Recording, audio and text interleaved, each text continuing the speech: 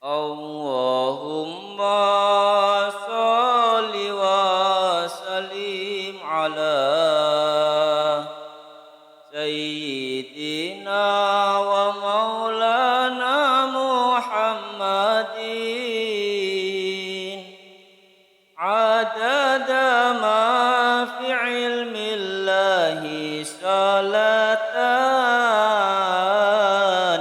daimatan bidawami mulkillahi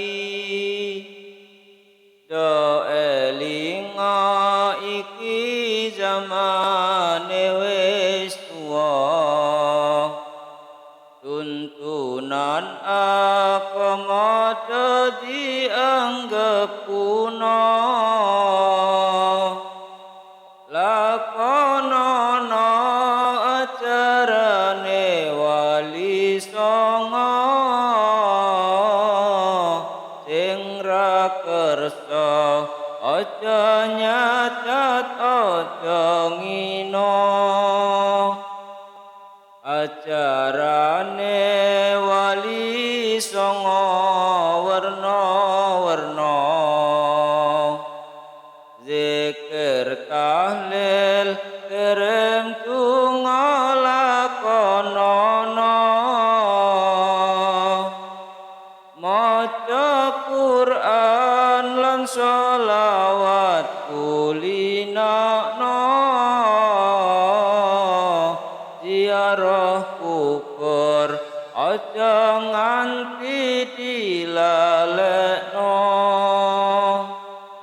ana carane dakwah lawan budaya umpamane kaya Sunan Kalijaga pituture mlebu ati ora krasa tuntunan agama bisa diamalno wis kabukten rikala jaman sakmono akeh para manungsa nyembah berhala